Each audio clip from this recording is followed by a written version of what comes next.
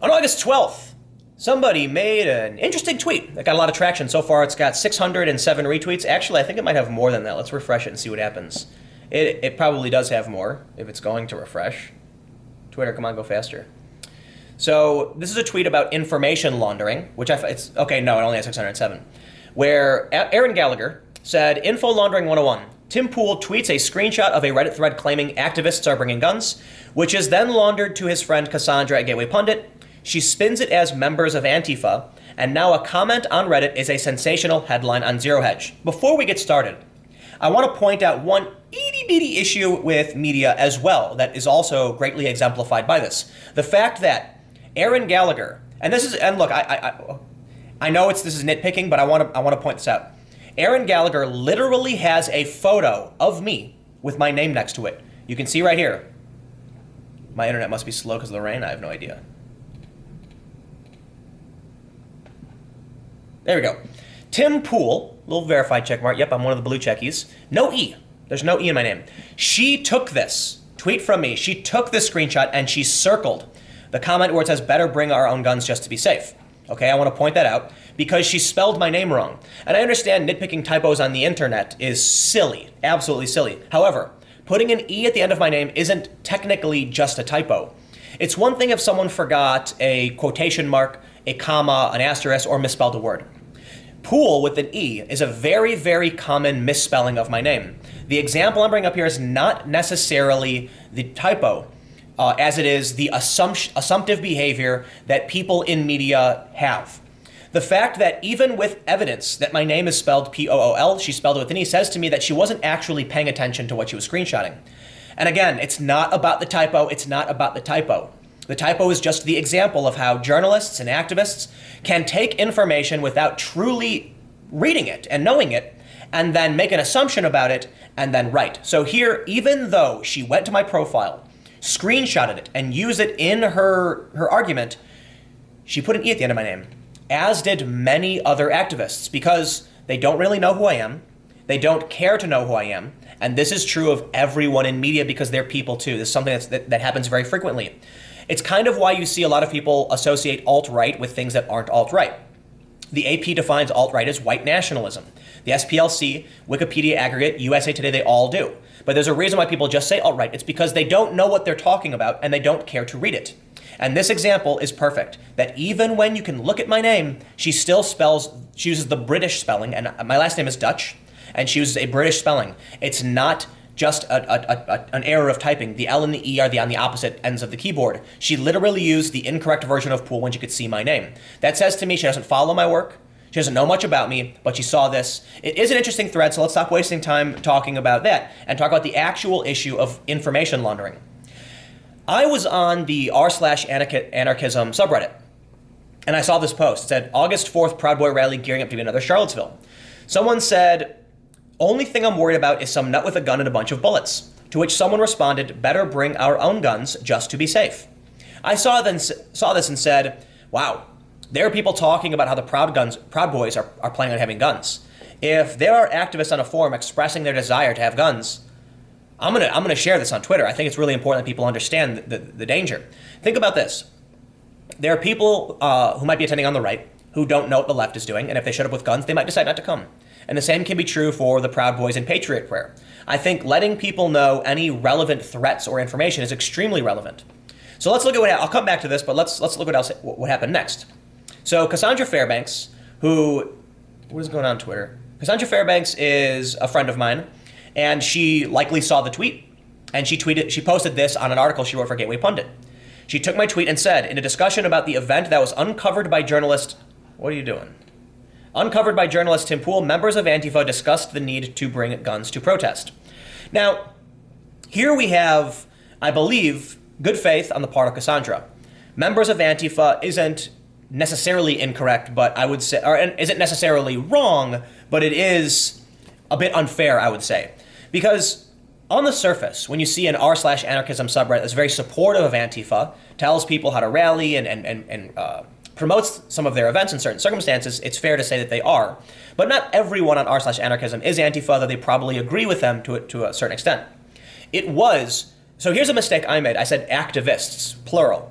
And that was I probably should have done better. I should have said an activist, but I typed it up quickly, and hey man, these things happens.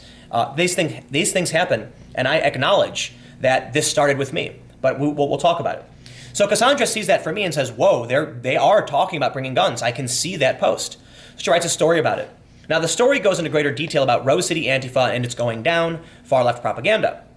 In it, she mentions my tweet, which isn't necessarily unfair. However, each time it gets rewritten, it gets more and more extreme. When I wrote about it, I posted a screenshot of one guy in a forum, or one person saying that they wanted to bring their own guns. That's all we have so far. When Cassandra writes about it in this story, saying that members of Antifa discuss the need to bring guns to the protest, that's also fair, but now it sort of feels more severe.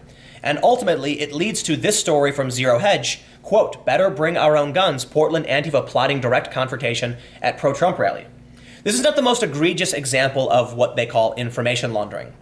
But going from some random person on a forum to the headline of a Zero Hedge article does show you just how the game of telephone works in journalism. And I've got a few other examples of this, we can move on. But I want to point out just one thing. If somebody posted anywhere on the internet and said that they were going to bring guns to any event, I think it is prudent of anyone who finds that to share it. You have a right to carry guns in this country, I recognize that, but people also have a right to know if you're telling people you're going to bring guns and you're associated with violent activists. Just because they're on the forum doesn't mean they're violent. Just because they're Antifa doesn't mean they're violent. But Antifa has been violent, okay? There are a lot of people who have been violent, and if someone is associated with a group that has been violent in the past, not to say they are going to hurt somebody, but it's important we know about this. It's just regular old operational security. Meaning, I saw a post where someone said they want to bring guns. Okay, there's going to be a big rally with violence. Someone said they want to bring guns. I think it's important people know that. End of story. How that launders is unfortunate, though not entirely unfair, it is a problem. I don't think Cassandra had ill intentions, and I don't think Zero Hedge did either, but you see where this goes. Ultimately, it ends up on r/anarchism, where they actually end up banning me, which the story I just talked about. But now let's look at how it goes one step further with satire. This is a story someone sent to me. They actually asked me to do a video on this today, and it's funny because I had this thread from Aaron Gallagher pulled up.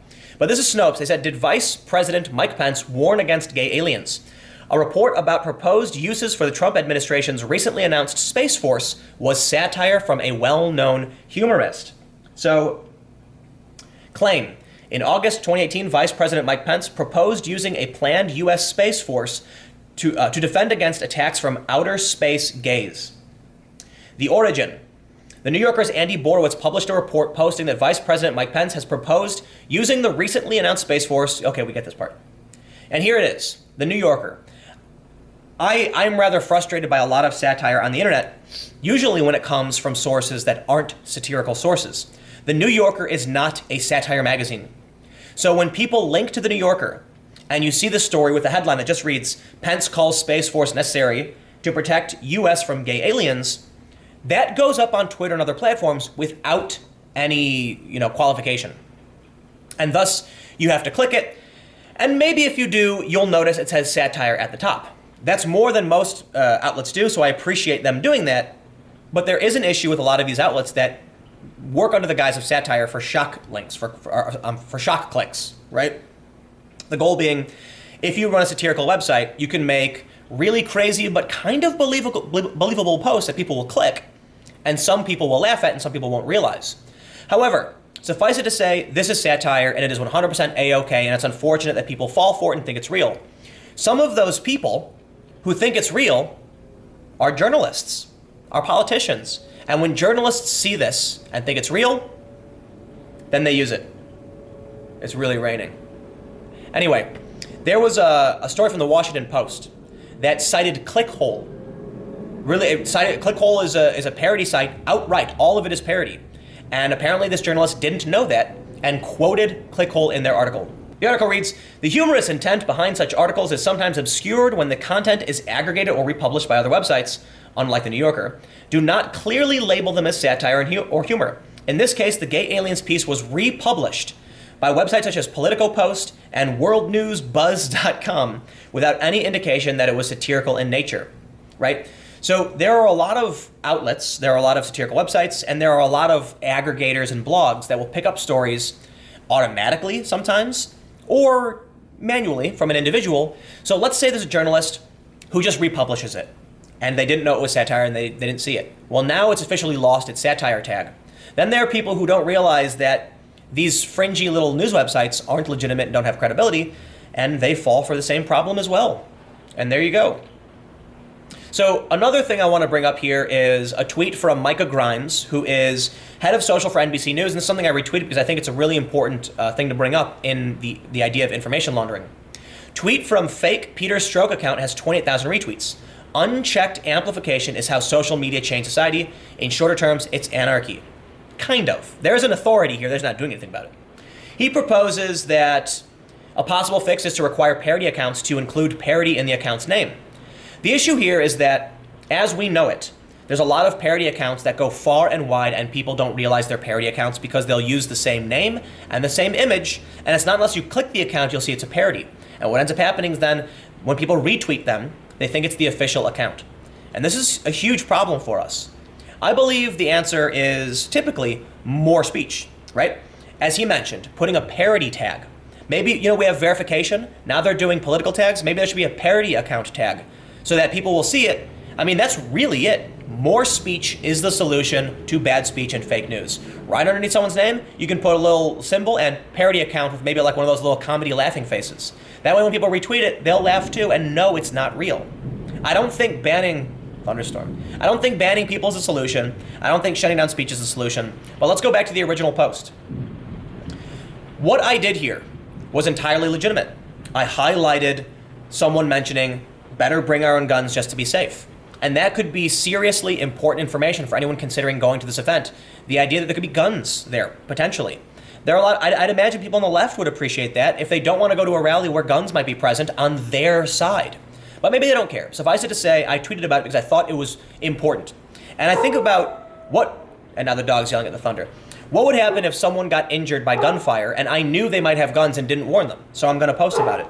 But how it sort of then continues on to a greater narrative about Antifa arming up and sounding more serious is unfortunate. But I assure you, there are people now who think when they see that headline, better bring our own guns, there's 50 Antifa going to a gun store and loading up on rifles, when in reality, it was probably one guy in a forum talking about bringing a handgun. Either way, it's a slow roll. The narrative slowly evolves into insanity. Everyone's playing the game, and the snowflake doesn't blame itself for the avalanche. So I want to make sure I take this opportunity to point out I am a snowflake in this avalanche too. I do my best to present information as rationally as possible with sources, but sometimes it goes out of control. I believe that in this moment, I am the one who took that little snowball and said, hey guys, we should look at this, and put it on the hill, and then everyone started kicking that snowball down the hill, and by the time it got to the bottom, it was a boulder. It's unfortunate. I don't think that anyone is directly liable necessarily, because most people, I believe, are acting in good faith, but this is what happens. I don't know what the solution is. Maybe the solution to bad speech is more speech. Maybe that's what we really need, but I don't know if we're gonna end up with that. So anyway, with censorship and all. So anyway, thanks for hanging out. This is just it. No more videos for today. Stay tuned, and I'll see you all tomorrow on the main channel at 4 p.m.